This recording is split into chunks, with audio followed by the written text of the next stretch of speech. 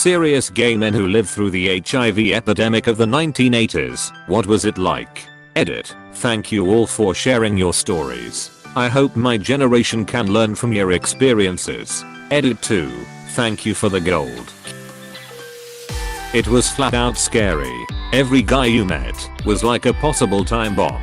Especially the early period when we knew very little about it. Didn't know if you could get it by kissing, by holding hands. Then lots of your friends or friends of friends get sick and sicker and then die. And you never ever quit being really ducking pissed off about the whole thing. I'm alive today due to sheer randomness. What percent of the friends do you estimate passed away from AIDS during that time? Was it like every week you heard of another person you knew passing away? Were there AIDS tests available at the time?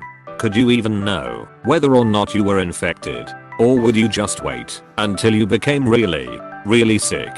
I lost all of my friends from back then. I was attending a funeral about every 12 to 16 days. There were no tests available and no treatments. You didn't know you had it until you started getting sick. And at that point, you'd only have a few weeks to a few months left before you died. Edit. Back then, every ache, every pain, every upset stomach all made you wonder if you were infected. It was scary as hell. Gay man here. In my late teens at the height of the crisis. I wasn't out, but knew I was gay. At the time I worked at the largest hospital in Alaska. In the pharmacy, we took part of the testing of AZT, the first drug for AIDS. Of the 20 pharmacists and 35 techs, I was one of the only people to actually help when patients taking part in the study would come by for their meds. This was for the patients who were still active / out and about. We had healthcare workers, nurses and aides that refused to even go into these people's rooms. I would sometimes go up at meal times and help pass trays. This was probably the worst time to be in the closet. It affected me greatly. Took until I was 22 to come out and even go on a date with a guy. Glad to say that 6 months after coming out, I met the man of my dreams. And we are still together. And the virus these days is much more manageable. Edit. Wow. Thank you for the gold. Kind stranger. Thanks for sharing your story. It definitely sounds like a scary time during your formative years. It was scary. I lost a best friend. When I got HIV in 89 to 90 I thought that I would only live a few years and die a horrible death like my best friend did. Those antivirals came out about 6 months after I lost 2 relatives and a friend. Glad you made it out the other side. Enjoy every sandwich. I read a study a few months back that blew my mind. Antiretrovirals have become so effective that a person with HIV will not develop AIDS. Can get their viral load so low they will actually test negative for HIV and has a longer life expectancy than the average person without HIV now because they undergo more medical screening and scrutiny. I'm a 62-year-old gay man. I thankfully made it through the epidemic that started in the early 80s and went right through the mid-90s. You ask what it was like. I don't know if I can even begin to tell you how many ways AIDS has affected my life. Even though I never caught the virus, by the early 80s, I had what I would consider a really large circle of friends and acquaintances, and once the epidemic really started to hit, it was not uncommon to find out 3, 4 or more people you knew had died each month.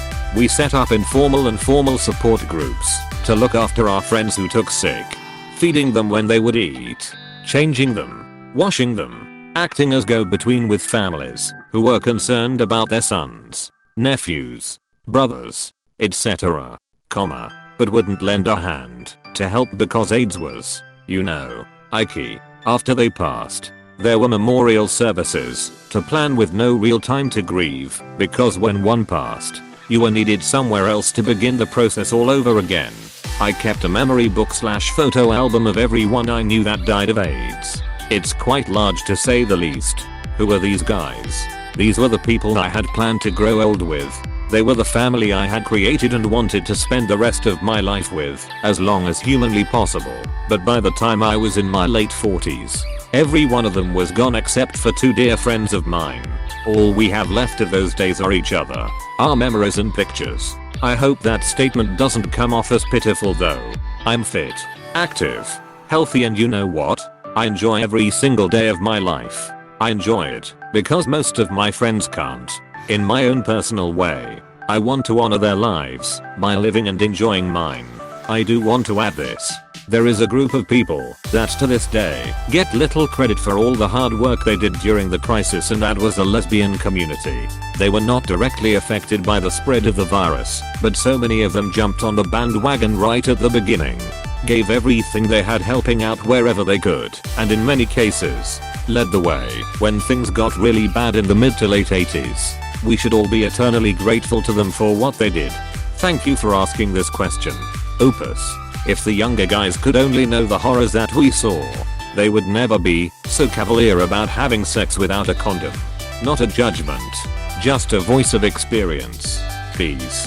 Edit. Thank you kindly for the gold and sharing your stories, but I'm no hero.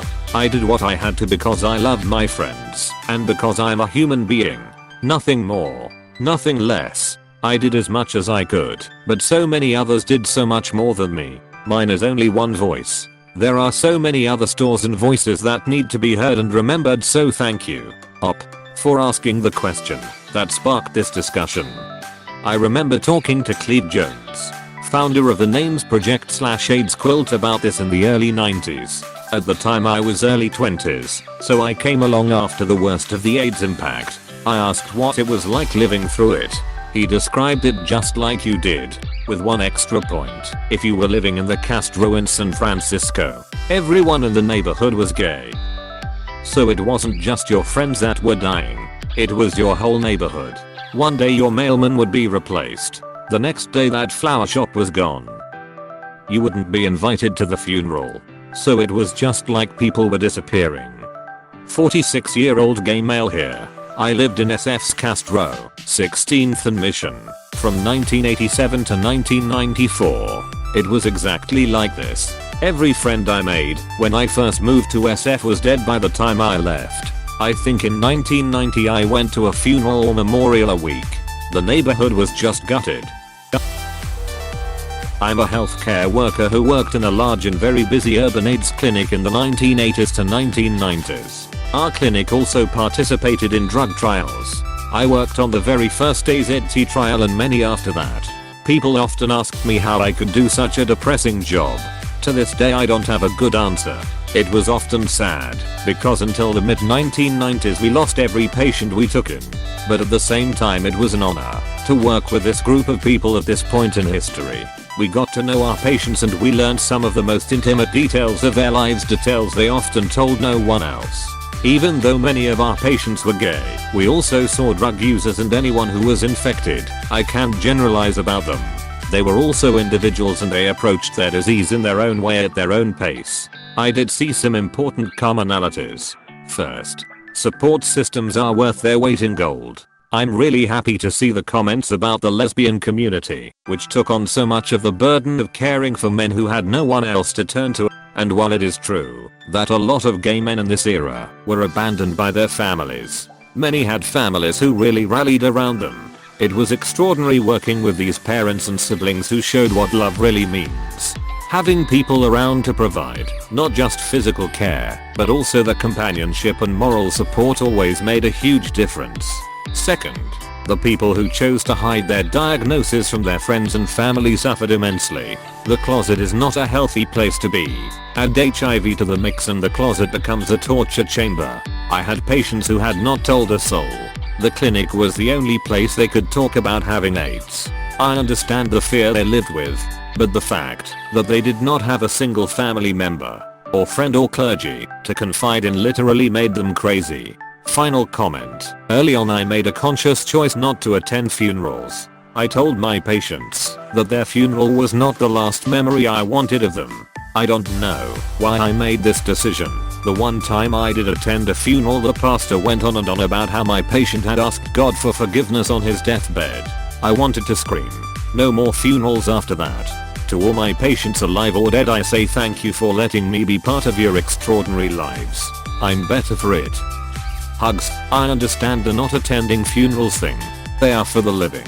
And a lot of times, they are really a pulpit to preach against the life of the deceased. I do want to thank you for being there when people needed you the most. I remember those times well, and there was definitely not enough compassion.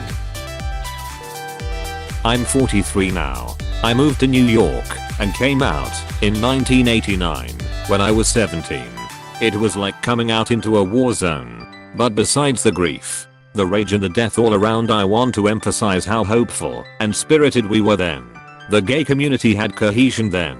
There was unity and visibility, a militant visibility. Queer Nation, ACT UP, the Lesbian Avengers, the Pink Panthers. These are just some of the groups whose posters and flyers you'd see everywhere, or you'd see them everywhere, in gangs. Everyone looked out for each other then. I miss that unity. It's absent now. I never experienced this, but having just read up about it. Goddamn, that must have been something to live through and see. The deaths and disease must have been awful. And I do not mean to diminish it at all. But things like the Panthers Patrol show some amazing thoughts and actions. I wish that unity carried over to now. I wanted to make a second comment to emphasize a particular point. That as the epidemic developed, the fear and stigma attached to gay men and men who have sex with men, and not just to the disease, there was horrible discrimination. Men and families were evicted from their homes. Children, from transfusions, or teens, were refused schooling. Many were refused routine medical care or hospital admission or dental care. Nurses would not attend them. Funeral homes would not receive them or bury them. Restaurants didn't want to serve them. Hugging and greeting became both a political act and often passed for heroism. One of my first appealed cases was representing a man who had Hep C and worked in a public school district in rural New York as a custodian. He was not allowed on school premises while school was in session, nor allowed to use the public water fountains. We got a great decision under New York law about employers needing to look at actual science, not fear, suspicion or prejudice, and it was a precedent for AIDS cases. Remember, this was before Americans with Disabilities Act, 1990, and before Fair Housing Act included disabilities, 1988, so unless state had law, it was generally legal to fire someone because of HIV or AIDS or suspicion. Final late night note. New York City atmospherics. It was a dark and dank time overall. Streets were filthy. Subways were covered with graffiti. Crack was pandemic. Crime was up. Women who wanted to be lawyers wore men's style suits with blue or red floppy ties at the neck and pumps on our feet. But the bars were great. We were strong. We loved our music as much as we hated our politicians. The future was around the corner. And we were a community. I love that women's workplace fashion in the 80s made your list of all the things that were awful in New York City during the AIDS crisis. Removed. A lot of folks have already commented here on the experience of living as gay men during that time, the confusion, the fear, the anger, and the guilt of survival. But that we hear so little about the role of lesbians during that time is an injustice that remains unaired and unaddressed. My testimony is limited to what I saw firsthand, but I believe that, were their contributions and experiences to be fully understood in retrospect, that lesbians who came to the aid of gay men at that time would be acknowledged as every bit as heroic as soldiers on the front lines of any war. A claim like that requires some heavy backup, and I'm not confident I can provide it in this post. It's one of my ambitions to be able to do so in my lifetime. But what I can tell you now is that these women walked directly into the fire and through it, and they did not have to, and that they did it even as some of the gay men they took care of treated them with bitchiness, scorn, and contempt. It was, at the time, not at all unusual for gay men to snicker as the bull dyke walked into the bar with her overalls and flannels and fades. Much of the time, it was casual ribbing which they took in stride, but it could also be laced with acid, especially when lesbians began gravitating toward a bar that had until then catered largely to men. When the AIDS crisis struck, it would be many of these same women who would go straight from their jobs during the day to acting as caregivers at night. Because most of them lacked medical degrees, they were generally relegated to the most unpleasant tasks, wiping up puke and shit, cleaning up houses and apartments neglected for weeks and months. But not being directly responsible for medical care also made them the most convenient targets for the devastating anger and rage these men felt. Many had been abandoned by their own family and friends. These women walked directly into the fire. They came to the aid of gay men, even when it was unclear how easily the virus could be transmitted. Transmission via needlestick was still a concern, so they often wore 2 or 3 layers of latex gloves to protect themselves. But more than once I saw them, in their haste and frustration, dispense with the gloves so that they could check for fevers, or hold a hand that hung listlessly from the edge of a bed whose sheets they had just laundered. They provided aid, comfort, and medical care to men withering away in hospices. Men had already lost their lovers and friends to the disease and spent their last months in agony. They'd been abandoned by their own families, and were it not for lesbians, many if not most of them volunteers, they would have suffered alone. And when there was nothing more medicine could do for them, and their lungs began to fill with fluid, it was often these same women who'd be left to administer enough morphine to release them, given to them by the doctor, who had left the room, and would return 15 minutes later to sign the certificate, a common practice at the time. I knew a woman around that time who had at one point been making bank in construction. But at the outset of the AIDS crisis she had abandoned her career to pursue nursing instead, and was close to her degree when we were hanging out.